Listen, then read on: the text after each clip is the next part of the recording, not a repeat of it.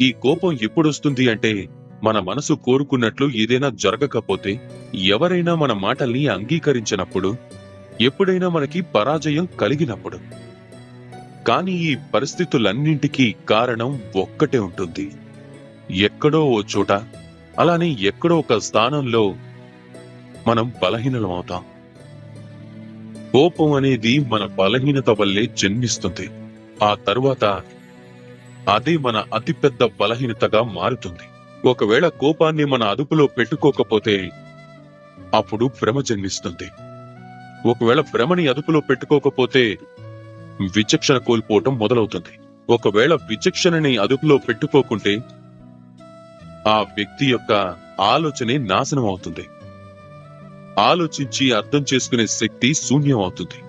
ఆ విధంగా ఆ వ్యక్తి యొక్క పతనం మొదలవుతుంది.